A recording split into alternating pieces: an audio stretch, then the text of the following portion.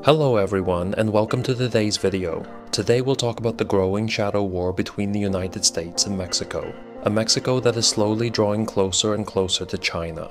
And for China, that opens the door not only into the United States itself, but also into South America, an entire continent it hopes to gradually bring under its influence. We'll explain why, in a way, even Tesla and Elon Musk have their share of responsibility. And we'll reveal the strange consequences of renaming the Gulf of Mexico into the Gulf of America, and where this hidden conflict might spill over next.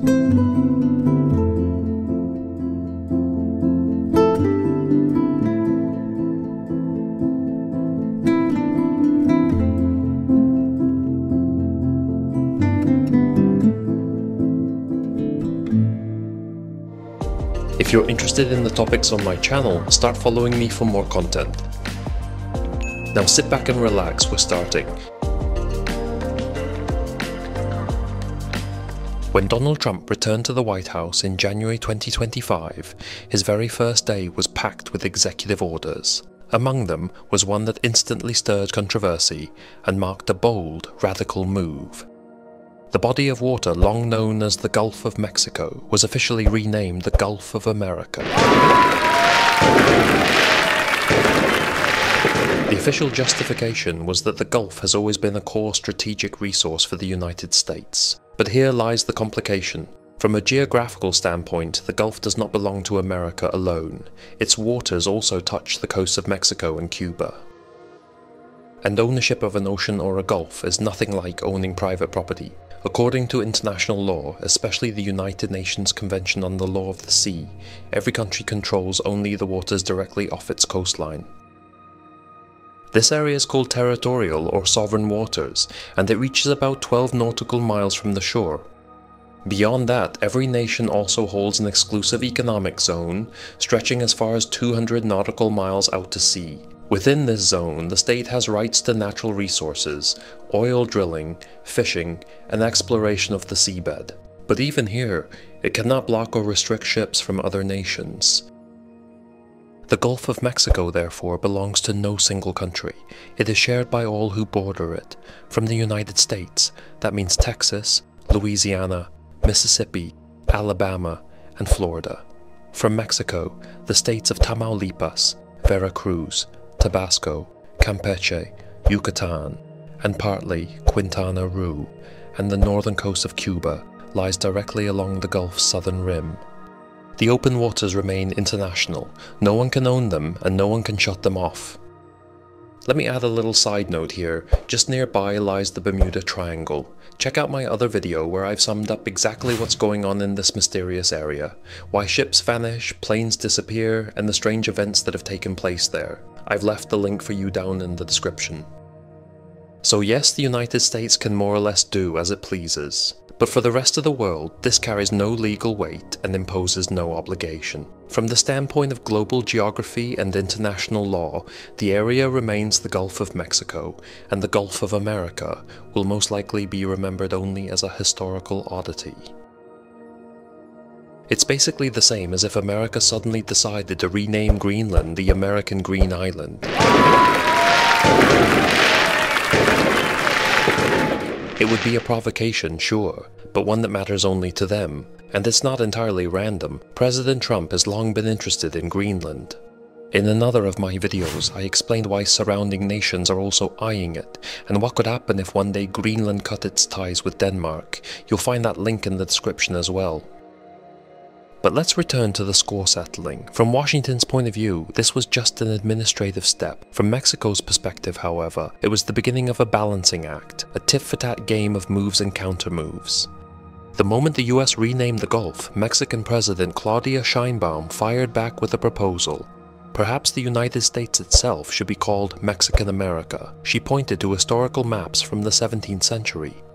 Those maps reveal that much of today's United States was once marked as Mexican America, or it belonged to the Spanish Empire and its colonies, which later formed Mexico. At the same time, she emphasized that Mexico and the rest of the world would continue to use the original name, the Gulf of Mexico.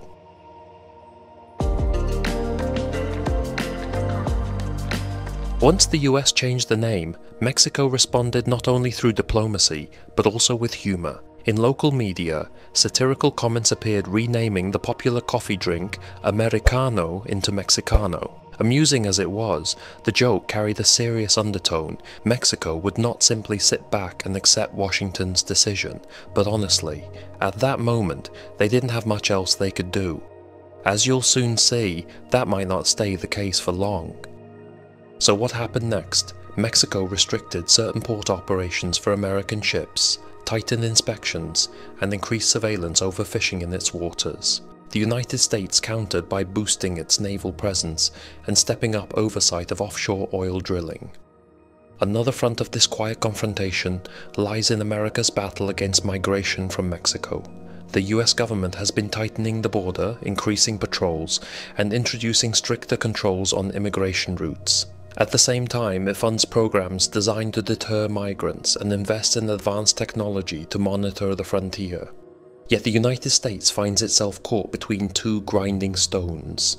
On one hand, it needs cheap labor for manual jobs. On the other hand, it doesn't want its borders treated like the open doors of a supermarket. These measures, officially labeled as humanitarian or security related, are widely seen in Mexico as political pressure, part of a larger strategy to limit its influence and cement American control, not just over the Gulf, but over the entire region. Every move and counter-move fuels more tension and sharpens the rivalry. Over the years, this silent war has shifted dramatically, from border security to trade disputes and political maneuvering, and behind it all looms massive Chinese investment, aimed at securing dominance not only over Mexico, but eventually over the whole of South America. Let's take a closer look at the projects driving this transformation. I've picked out the most crucial projects, those that could leave Mexico completely dependent on Chinese technology and corporations. These are projects so significant that even the United States is paying close attention, realizing it could slowly lose its grip over the entire region. China usually steps in with massive loans, but these are almost always tied to Chinese construction firms and Chinese workers. Critics argue that many countries end up trapped in a debt spiral because of such loans. Take Zambia, for example. It became the very first African country to go bankrupt under the weight of massive debts to China. Today, China controls parts of Zambia's energy and transport infrastructure, which it took over in exchange for unpaid debts. Or look at Sri Lanka, where China gained control of the Hambantota port for 99 years, again as repayment for loans.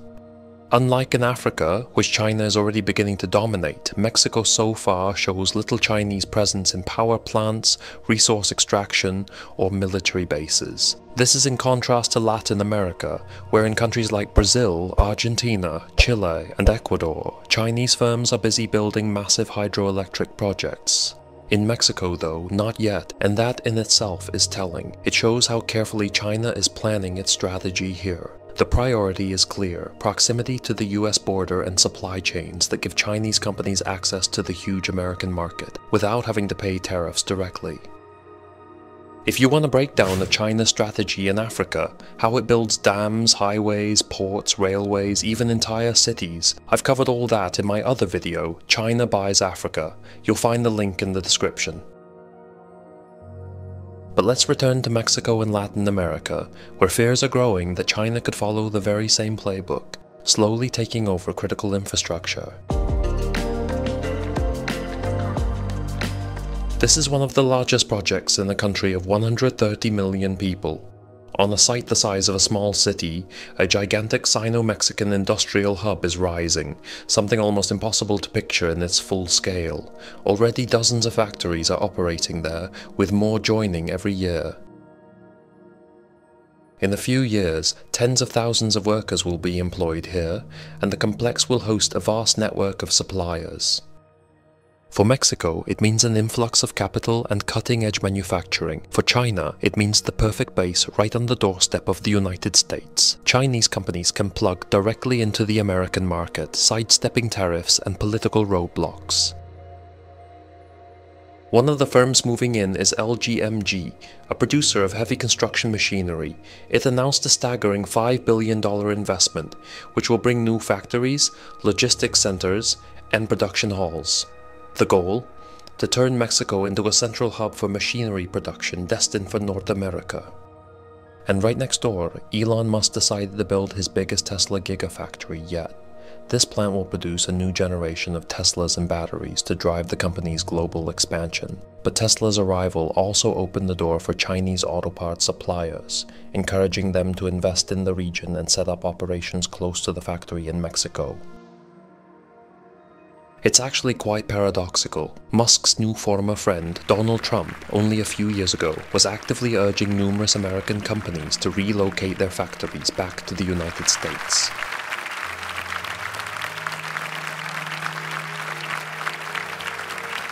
Tesla, however, had already built a supplier ecosystem in Shanghai, and now Musk has effectively given China a backdoor into the American and global market, without having to fight through tariffs between China, the US, and the rest of the world. By the way, if you're curious how Elon Musk made his fortune and what companies he owns, I've covered that in another video.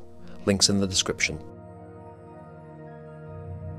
And then there's the telecom giant known as Red Compartida, or the Shared Network. This nationwide mobile and data system reaches over 90 million Mexicans, essentially the entire active population. The infrastructure itself relies heavily on Chinese tech giants Huawei and ZTE. The overall cost of the project exceeds $7 billion US. These megaprojects aren't just about jobs or assembly lines. What's really happening here is the start of a new chapter in the relationship between Mexico, the United States, and China. Beijing is proving it knows how to play the long game, pick a strategic location, pour in billions, and build infrastructure that an entire nation will depend on. For Mexico, it's a massive opportunity to modernize, but also a very real risk of dependence.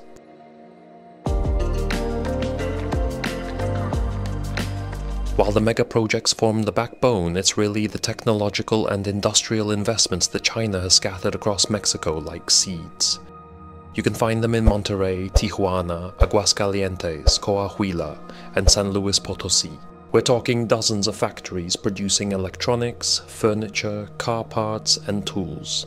For example, Hisense built a plant in Nuevo, Léon worth $260 million, where it will produce refrigerators and other appliances. And in Tijuana, the company already runs a massive TV factory that supplies the entire United States.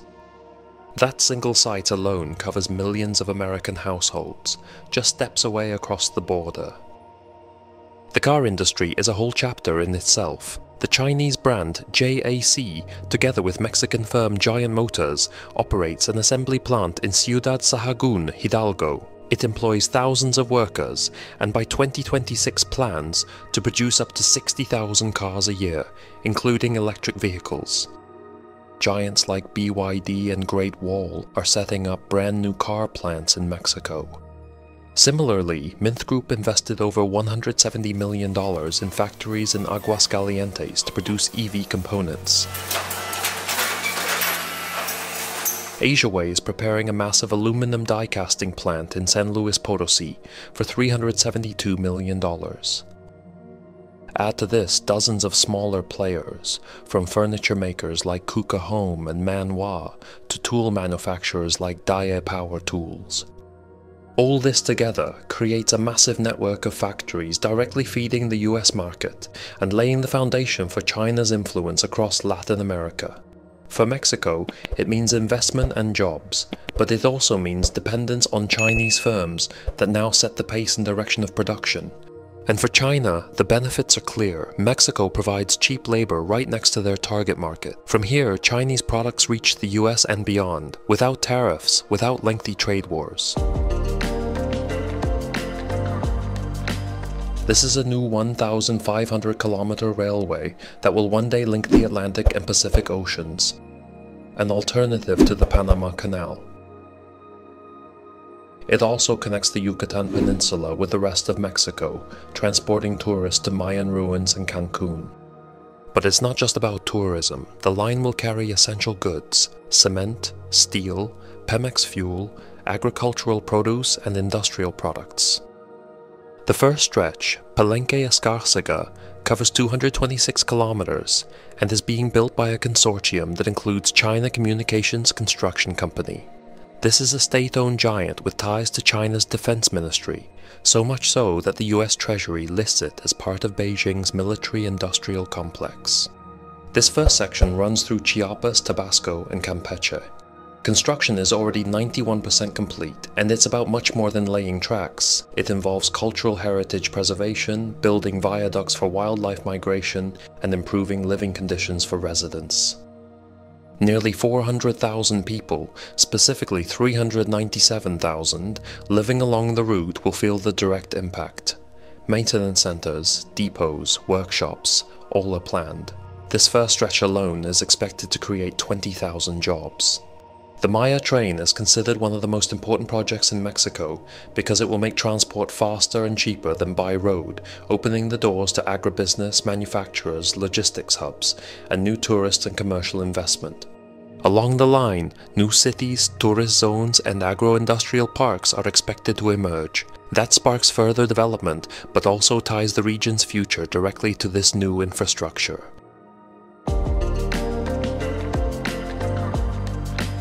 What's most striking is that China, in Mexico, isn't using its typical debt diplomacy strategy like in Africa or parts of South America. Mexico isn't borrowing billions for dams or power plants. Instead, Beijing is betting on economic dependence through factories and technology. A clear example is the Red Compartida network we mentioned earlier. Tens of millions of Mexicans use it. Once your national mobile and data backbone runs on Chinese technology, you can't just swap it out. This isn't a short-term contract. It's long-term dependence on hardware, service, and software from Beijing. A second type of dependence is forming around Mexico's industrial regions, especially Nuevo Léon, Aguascalientes, and Coahuila. These states are now economically tied to Chinese investors. When billions of dollars flow into Nuevo Léon and tens of thousands of jobs are created, the regional leadership will think twice before supporting any policy that could threaten Beijing. So Mexico isn't signing its future over to Chinese banks. Instead, its industrial backbone is increasingly being interwoven with Chinese companies. In other words, China's playing a more sophisticated game here than in other parts of the world, not with loans and unpaid debts, but with investments that become indispensable. In practice, this means the Mexican economy will have to rely on Chinese factories, Chinese technologies, and Chinese supply chains, and that might be an even more powerful form of influence than the old model of debt diplomacy.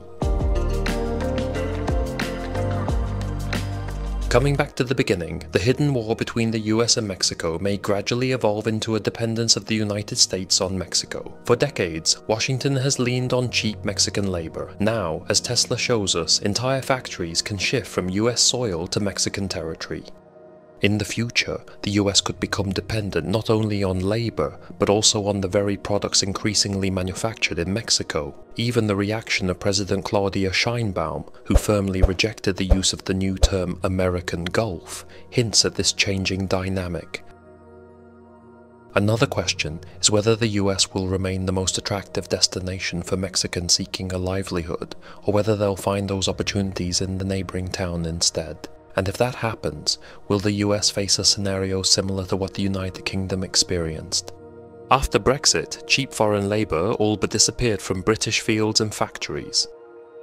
Many farms and companies suddenly lacked the hands to harvest crops or deliver goods. Some manufacturers moved production into the EU, while others stopped exporting certain products altogether. Simply put, they no longer have the capacity of available drivers. And what about you? How do you think the situation in Mexico and Latin America will unfold? Let me know in the comments. And if you liked this video, I would be happy if you like, share and subscribe to my channel. Check out some of my other videos you might like. For example, what's inside a black hole and how flying around one could be used as a time machine.